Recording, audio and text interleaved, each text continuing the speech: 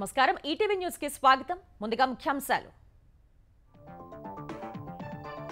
Jagan పన్నాగానికి check పెట్టిన ఎన్నికల సంఘం పోలింగ్ ముందు 14,000 కోట్ల పంపిణీ వ్యూహాన్ని తిప్పికొట్టిన ఈసీ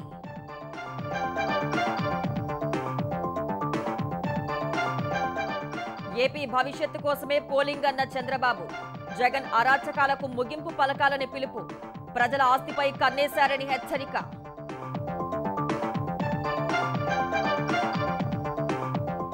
ఎన్నికలు ఏపీ దశ దిశను మారుస్తాయన్న పవన్ వైకాపా పాలనలో విధ్వంసం తప్ప వికాసం లేదని విమర్శలు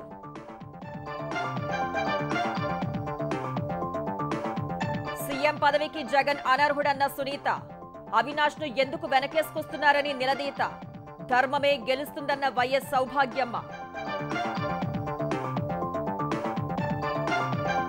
భాజపా అడుగు పెడితే తెలంగాణ రెండుగా చీలుతుందన్న రేవంత్ రెడ్డి దేశం సంస్థానాలుగా మారుతుందంటూ విమర్శలు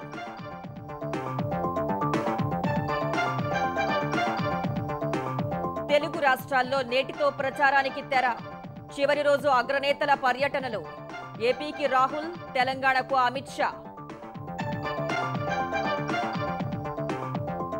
పోలింగ్ కోసం స్వస్థలాలకు తరలుతున్న ప్రజలు ప్రయాణికులతో కిక్కిరిసి వెళుతున్న రైళ్లు బస్సులు దోచుకుంటున్న ప్రైవేట్ ట్రావెల్స్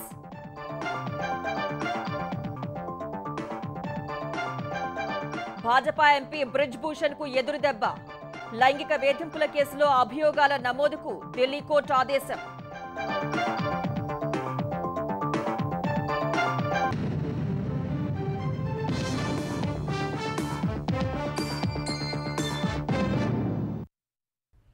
ప్రభుత్వ పథకాల ద్వారా ఎన్నికలకు ఒకరోజు ముందు 14,000 కోట్లకు పైగా పనిచేసి ఎన్నికల్లో అనుచిత లబ్ధి పొందాలన్న జగన్ పన్నాగాలకు ఎన్నికల సంఘం ముకుతాడు వేసింది. ప్రభుత్వ ప్రధాన కార్యదర్శికి అనేక ప్రశ్నలు సంధిస్తూ ఘాటు లేఖ రాసిన ఈసీ జనవరి నుంచి ఆర్థిక లెక్కలపై ఆరా తీసింది.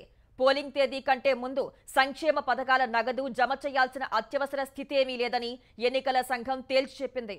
పోలింగ్ అయ్యే వరకు నిధులు చెల్లింపులు నిలిపేస్తూ ఉత్తర్వులు జారీ చేసింది. సరిగ్గా ఎన్నికలకు ఒక రోజు ముందు సంక్షేమ పథకాల నగదును జమ చేసి ఎన్నికల్లో అనుచిత లబ్ధి పొందాలన్న జగన్ పన్నాగాల్ని ఎన్నికల సంఘం అడ్డుకుంది. 14,165 కోట్లు పనిచేసి లబ్ధి పొందాలని జగన్ అండ్ కో పన్నిన పన్నాగాలన్నింటినీ ఈసీ తెలుసుకుని అడ్డుకుంది. జనవరి నుంచి మార్చి నెలాఖరు వరకు వివిధ పథకాల ద్వారా ప్రజలకు అందించాల్సిన సొమ్మును అప్పట్లోనే పనిచేసినట్లు జగన్ సర్కార్ హడావిడి చేసింది. ఆ నిధులేవీ ఖాతాలకు చేర్చలేదు. ముందస్తు వ్యూహంతోనే పెండింగ్ లో ఉంచి సరిగ్గా పోలింగ్ కు ముందు పెద్ద ఎత్తున లబ్ధిదారులకు ప్రయోజనం కల్పిస్తే తమకు ఓట్ల వర్షం కురుస్తుందని వ్యూహం పన్ని వాటిని చెల్లించకుండా ఆపేశారు. ఎన్నికల కోడ్ అమల్లోకొచ్చినా అవి పాత పథకాలేనని వాటి చెల్లింపులు చేపడతామంటూ స్క్రీనింగ్ కమిటీలో ఆమోదించేసి ఈసీ ఆమోదానికి ప్రయత్నించారు. జగన్ కు నమ్మిన బంటులా ఉన్న సీఎస్ జవహర్ రెడ్డి, ఆర్థిక శాఖ కార్యదర్శి సత్యనారాయణ స్వామి భక్తి ప్రదర్శిస్తూ పావులు కదుపుతూ వచ్చారు.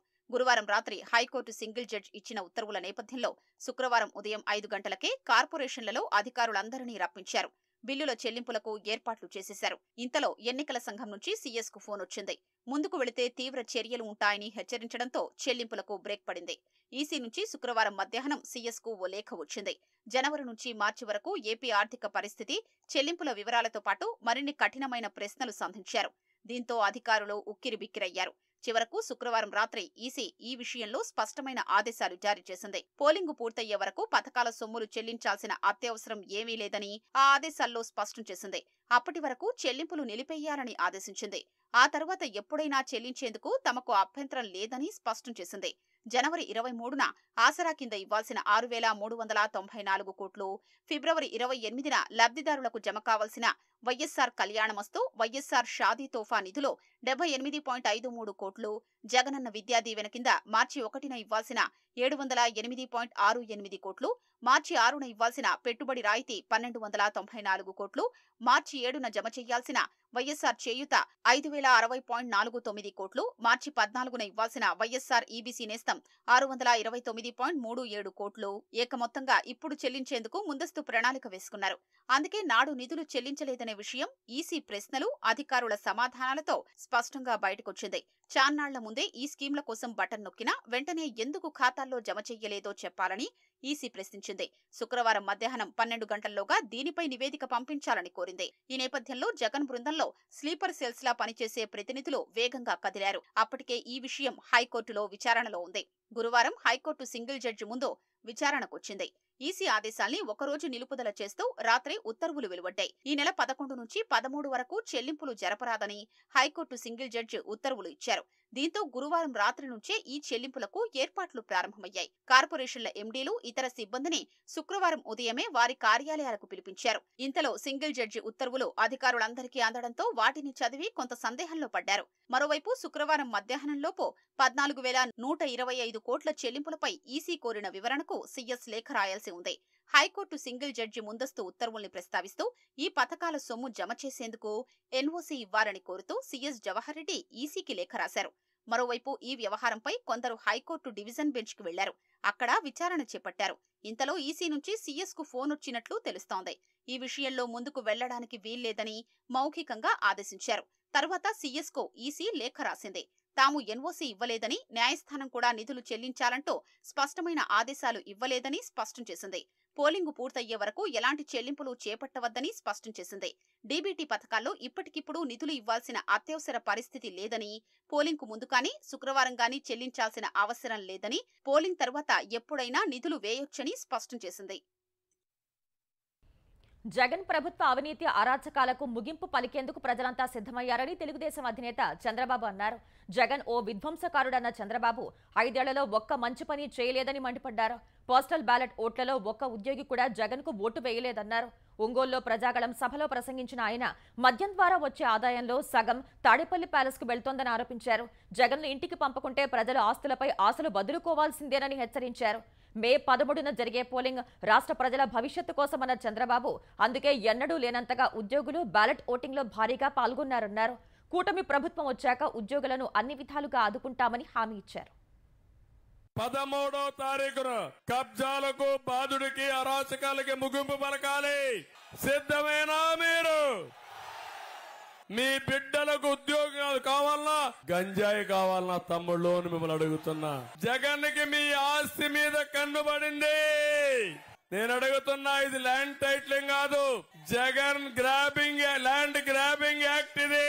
మీ భూమి అంతా తీసుకుంటాడంట, మీకు జిరాక్స్ కాపీ ఇస్తాడంట. జగన్మోహన్ రెడ్డి కంప్యూటర్ లో మీ జాతకాలు ఉంటాయి. ఆయన ఏది రాస్తే అది ఫైనల్. మీరేదైనా అమ్మాలంటే ఈ జలగ పర్మిషన్ అవసరం. ఇంతవరకు ఉందా అమ్మేదానికి? ఎవరిన పర్మిషన్ కావాలన్నా మీకు? మే 13న జరిగే ఎన్నికలు ఆంధ్రప్రదేశ్ దశా దిశను మార్చే ఎన్నికలని జనసేన అధినేత పవన్ కళ్యాణ్ అన్నారు. వైకాపా పాలనలో సాగు, తాగునీరు, రోడ్లు, రైతులకు మద్దతు ధర దక్కలేదని విమర్శించారు. ఉద్యోగులకు సమయానికి జీతాలు ఇవ్వలేకపోయారని ఆరోపించారు. యువతకు ఉపాధి కల్పనతో సహా విద్య, వైద్య సౌకర్యాలు మెరుగుపరుస్తానన్నారు. అంతకుముందు పిఠాపురం, గొల్లప్రోలు మండలాల్లో పవన్ కళ్యాణ్ రోడ్ షో నిర్వహించారు. ప్రజల సమస్యల పరిష్కారం కోసం గాజు గ్లాస్ కు కూటమికి ఓట్లు వేసి గెలిపించాలని పవన్ విజ్ఞప్తి చేశారు. రోడ్ షోలో అడుగడుగునా పవన్ కు 3 పార్టీల శ్రేణులు, అభిమానులు బ్రహ్మరథం పట్టారు. 151 మంది ఎమ్మెల్యేలు, 30 మంది ఎంపీలు కూర్చొని 5 కోట్ల మంది ప్రజలను భయపెట్టారు. ఈరోజు జగన్ భయపడుతున్నాడు. ఈరోజు జగన్ ఎలా చేశాడు? జగన్ ఈ రోజున ఒక్కరిని బతకనిచ్చాడా? ఇన్ని 5 సంవత్సరాలు ఎంతమందిని భయపెట్టాడు? వీధుల్లోకి రావడానికి భయం, రోడ్ల మీదకి రావడానికి భయం, నా హక్కులు ఉల్లంఘించబడ్డాయి అని అడగాలంటే భయం. ఈ భయాన్ని ఎవరు తీశారు? జనసేన, జన సైనికులు, వీర మహిళలు. తెలుగు రాష్ట్రాల్లో నేడు ప్రచారానికి ఆఖరి రోజు కావడంతో అగ్రనేతలు తరలిరానున్నారు. కేంద్ర హోంమంత్రి అమిత్ షా తెలంగాణలోని వికారాబాద్, వనపర్తిలో జరిగే బహిరంగ సభల్లో పాల్గొననున్నారు. చేవెళ్ల భాజపా ఎంపీ అభ్యర్థి కొండా విశ్వేశ్వరరెడ్డికి మద్దతుగా వికారాబాద్లో, నాగర్ కర్నూల్ లోక్సభ నియోజకవర్గం వనపర్తిలో భరత్ కు మద్దతుగా నిర్వహించే బహిరంగ సభలో అమిత్ షా పాల్గొంటారు. మరోవైపు ఏఐసీసీ ప్రధాన కార్యదర్శి రాహుల్ గాంధీ నేడు కడపకు రానున్నారు. ఉదయం కడప విమానాశ్రయానికి చేరుకుని అక్కడి నుంచి హెలికాప్టర్లో ఇడుపులపాయకు వెళ్తారు. ఏపీ పీసీసీ అధ్యక్షురాలు షర్మిలతో కలిసి వైఎస్ఆర్ ఘాట్ వద్ద నివాళులర్పించనున్నారు. అనంతరం కడప బిల్టప్ సర్కిల్లో బహిరంగ సభలో పాల్గొననున్నారు. తెలంగాణలో కూడా లోక్సభ ఎన్నికల ప్రచారానికి నేడు తెరపడనుంది. 5 పార్లమెంట్ నియోజకవర్గాల పరిధిలోని 14 అసెంబ్లీ సెగ్మెంట్లలో సాయంత్రం 4 గంటలకు, మిగతా రాష్ట్రమంతటా సాయంత్రం 6 గంటలకు ప్రచారం ముగియనుంది. ప్రచారం ముగియగానే ఓటర్లను ప్రలోభ పెట్టేందుకు రాజకీయ పార్టీలు సిద్ధం కావడంతో ఎన్నికల కమిషన్ అప్రమత్తమైంది. ప్రలోభాలు, హింసాత్మక ఘటనలపై చివరి 72 గంటలు నిఘా పెంచాలని జిల్లా ఎన్నికల అధికారులు, రిటర్నింగ్ అధికారులు, పరిశీలకులతో నిర్వహించిన వీడియో కాన్ఫరెన్స్ లో తెలంగాణ ఎన్నికల ప్రధాన అధికారి వికాస్ రాజ్ స్పష్టం చేశారు. సాయంత్రం 6 గంటల నుంచి ఈ నెల 13వ తేదీ సాయంత్రం 6 గంటల వరకు మద్యం దుకాణాలు మూసివేయాలని ఇప్పటికే సీఈఓ ఆదేశాలు జారీ చేశారు. రాష్ట్ర వ్యాప్తంగా 17 లోక్సభ నియోజకవర్గాల్లో 35,809 పోలింగ్ కేంద్రాల్లో 1,09,941 ఈవీఎం యూనిట్లు సిద్ధం చేశారు. సార్వత్రిక ఎన్నికల వేళ ఓటేసేందుకు వెళ్లే వారి సౌకర్యం కోసం సుమారు 1,500 నుంచి 2,000 ప్రత్యేక బస్సులు నడపనున్నట్లు తెలంగాణ ఆర్టీసీ ప్రకటించింది. ఇందులో ఎంజీబీఎస్ నుంచి 500 బస్సులు, జేబీఎస్ నుంచి 200 బస్సులు, ఉప్పల్ నుంచి 300 బస్సులు, ఎల్బీ నగర్ నుంచి 300 ప్రత్యేక బస్సులు నడుపుతున్నట్లు వెల్లడించింది. శుక్రవారం నుంచి ఆదివారం వరకు 450 బస్సుల్లో రిజర్వేషన్ పూర్తయినట్లు తెలిపింది. శుక్రవారం సాయంత్రం నుంచి రద్దీ మరింత పెరిగిందని, అందుకు అనుగుణంగా బస్సులు కూడా పెంచుతున్నట్లు ఆర్టీసీ అధికారులు తెలిపారు. 5 ఏళ్లకోసారి వచ్చే ప్రజాస్వామ్య పండుగలో భాగస్వాములు అయ్యేందుకు ఆంధ్రప్రదేశ్ ఓటర్లు సిద్ధమయ్యారు.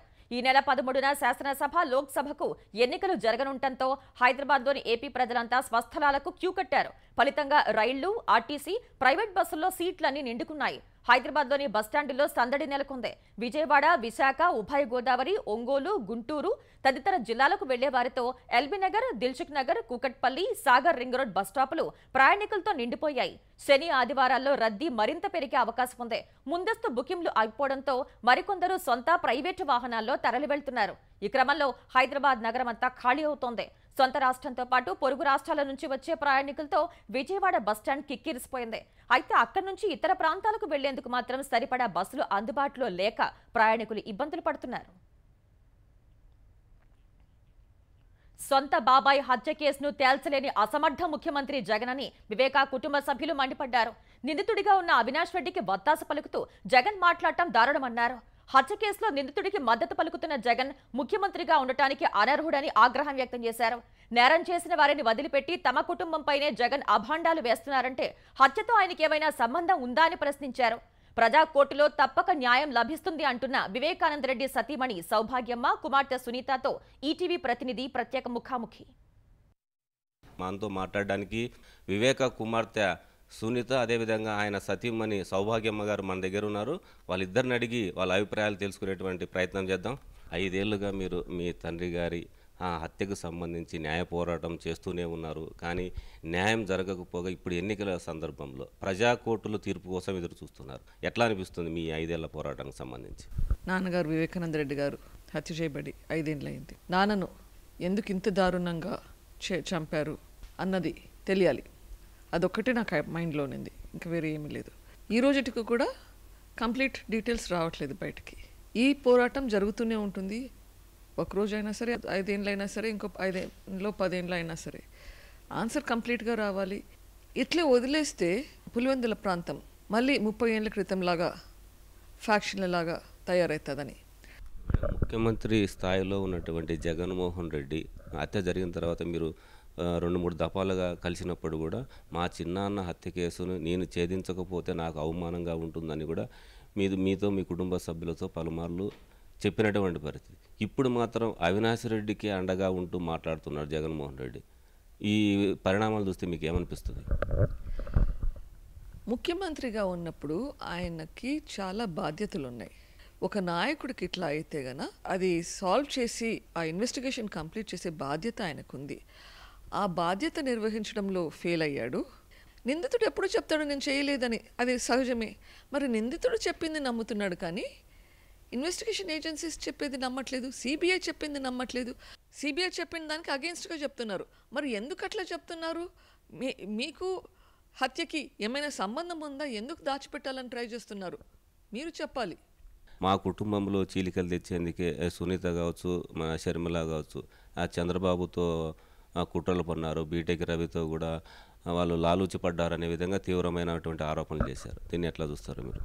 నేను చంద్రబాబు నాయుడు గారిని హెల్ప్ తీసుకుంటున్నాను, లాలూచి పడ్డాను అంటున్నారు. నాకేం అవసరం అండి చంద్రబాబు నాయుడు గారిని హెల్ప్ తీసుకోవాల్సిన అవసరం నాకెక్కడుంది? ఆయన ఏమైనా చీఫ్ మినిస్టరా?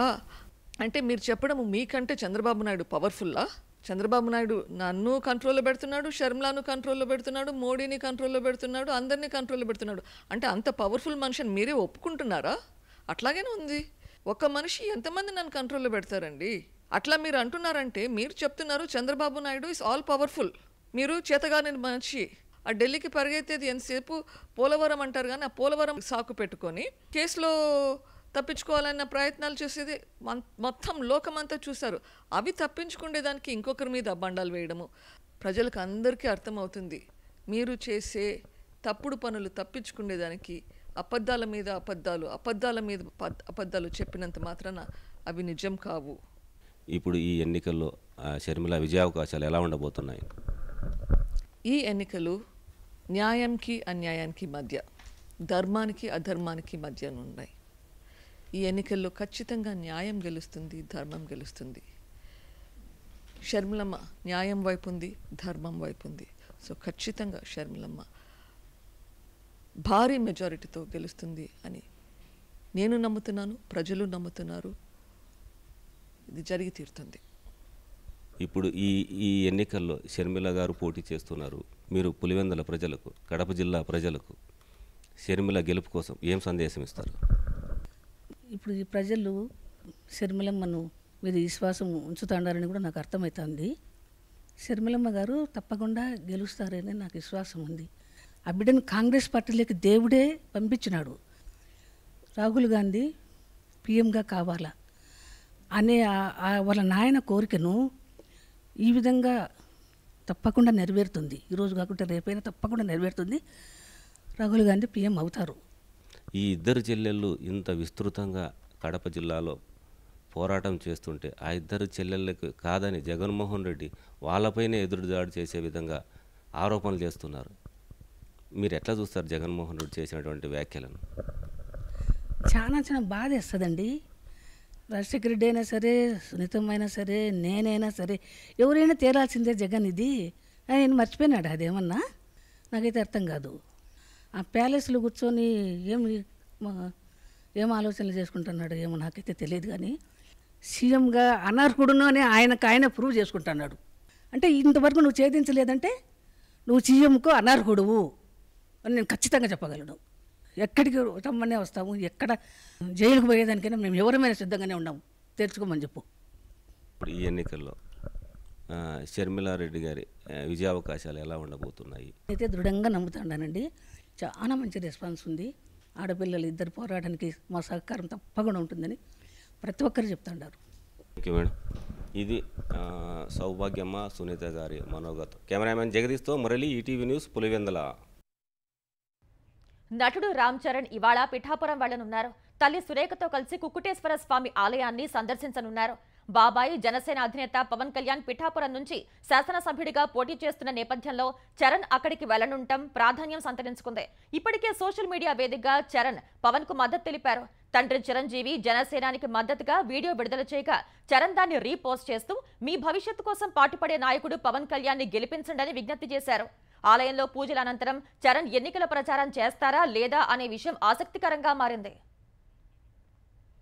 ఏపీ అసెంబ్లీ ఎన్నికల్లో జనసేన అధినేత పవన్ కళ్యాణ్ కు మద్దతుగా పిఠాపురంలో ప్రచారానికి వెళ్తున్నాను అనే వార్తల్లో వాస్తవం లేదని సినీ నటుడు చిరంజీవి స్పష్టం చేశారు. ఢిల్లీలో రాష్ట్రపతి చేతుల మీదుగా పద్మ విభూషణ్ పురస్కారాన్ని అందుకున్న మెగాస్టార్ హైదరాబాద్ వచ్చారు. బేగంపేట ఎయిర్పోర్ట్ లో మాట్లాడిన చిరంజీవి తాను రాజకీయాలకు అతీతంగా ఉన్నట్లు చెప్పారు. భారతరత్న పురస్కారానికి సీనియర్ ఎన్టీఆర్ సంపూర్ణ అర్హులని తెలిపారు. ఏపీలో కూటమి ప్రభుత్వం వస్తే ఎన్టీఆర్ కు భారతరత్న సాధించాలన్నారు.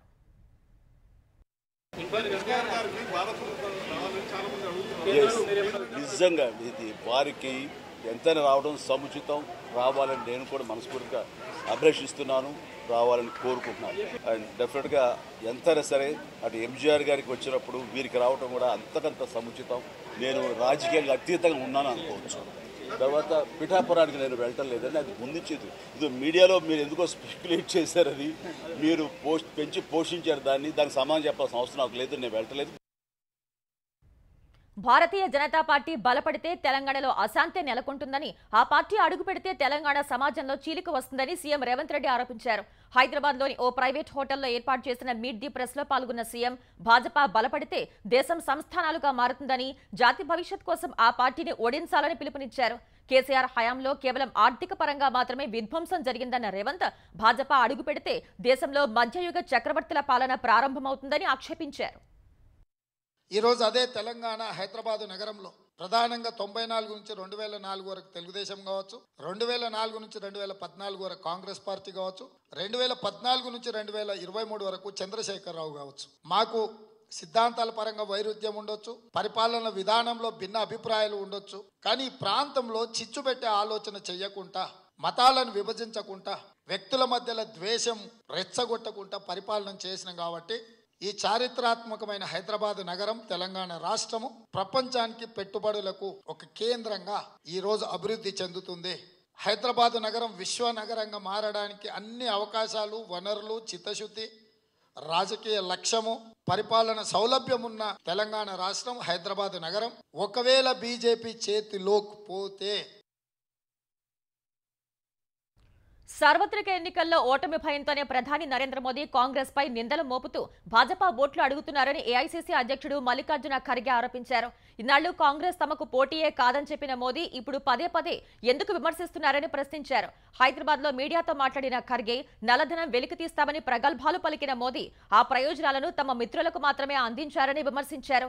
దేశంలో ప్రజాస్వామ్య వ్యవస్థ ఉందని భాజపా గుర్తించాలన్న ఖర్గే, అది ఉన్నంతకాలం రెచ్చగొట్టే చర్యలతో ఓట్లను దండుకోవాలన్న ప్రయత్నాలు సాగవని స్పష్టం చేశారు. ప్రధాని నరేంద్ర మోదీ 10 ఏళ్ల పాలనలో తెలంగాణకు చేసిందేమీ లేదని ఖర్గే స్పష్టం చేశారు. अरे आप तो 1-2-3 साल पहले तो ये कहते थे कोई कांग्रेस हमारा कोई मुकाबला नहीं कर सकती, लेकिन बार बार फिर कांग्रेस को क्यों गालियां दे रहे? इसका मतलब ये है कि कांग्रेस से आप डरते हो, और डरने वाले लोग ऐसी भाषा करते हैं. कभी मुगल की बात करते हो, कभी मटन की बात करते हो, कभी चिकन की बात करते हो, कभी बीफ की बात करते हो, कभी मुस्लिम लीग की बात करते हो, कभी मंगलसूत्र की बात करते हैं. डेवलपमेंट तो तुम करते नहीं, लेकिन लोगों में फूट डालने का छोड़ते नहीं. भाई तेलंगाना तो कौन से बड़े प्रोजेक्ट तेलंगाना में लाए जो पंडित जवाहरलाल नेहरू जी और इंदिरा गांधी के जमाने में आए? कौन से तुम्हारे ऐसे प्रोजेक्ट है बताओ जिस जगह 2000, 10,000, 5,000 लोग काम करते हैं? భాజపా ఎంపీ లైంగిక వేధింపుల నిందితుడు బ్రిజ్ భూషణ్ శరణ్ సింగ్ కు ఎదురుదెబ్బ తగిలింది. మహిళా రెజ్లర్లు చేసిన లైంగిక వేధింపుల ఆరోపణల కేసులో బ్రిజ్ భూషణ్ పై అభియోగాలను రూపొందించాలని ఢిల్లీ కోర్టు పోలీసుల్ని ఆదేశించింది. అభియోగాలు మోపేందుకు తగిన ఆధారాలు రికార్డుల్లో ఉన్నాయని స్పష్టం చేసింది. బ్రిజ్ భూషణ్ పై భారత శిక్షా స్మృతిలోని సెక్షన్లో లైంగిక వేధింపులు, నేరపూరిత బెదిరింపు కింద అభియోగాలు నమోదు చేయాలని ఆదేశించింది. తాజా పరిణామాలు బ్రిజ్ భూషణ్ పై విచారణ ప్రారంభం కావటానికి మార్గాన్ని సుగమం చేయనున్నాయి. రెజ్లింగ్ సమాఖ్య మాజీ సహాయ కార్యదర్శి వినోద్ తోమర్ పైన సెక్షన్ 506 కింద అభియోగాలు మోపాలని కోర్టు పేర్కొంది. 6 సార్లు ఎంపీగా ఎన్నికైన బ్రిజ్ భూషణ్ WFI అధ్యక్షుడిగా ఉన్న సమయంలో మహిళా రెజ్లర్లను లైంగికంగా వేధించినట్లు ఆరోపణలు వచ్చాయి. సాక్షి మాలిక్, బజరంగ్ పూనియా, వినేష్ ఫోగాట్ వంటి రెజ్లర్లు రోడ్లపైకి వచ్చి ఆయనకు వ్యతిరేకంగా పోరాటం చేశారు.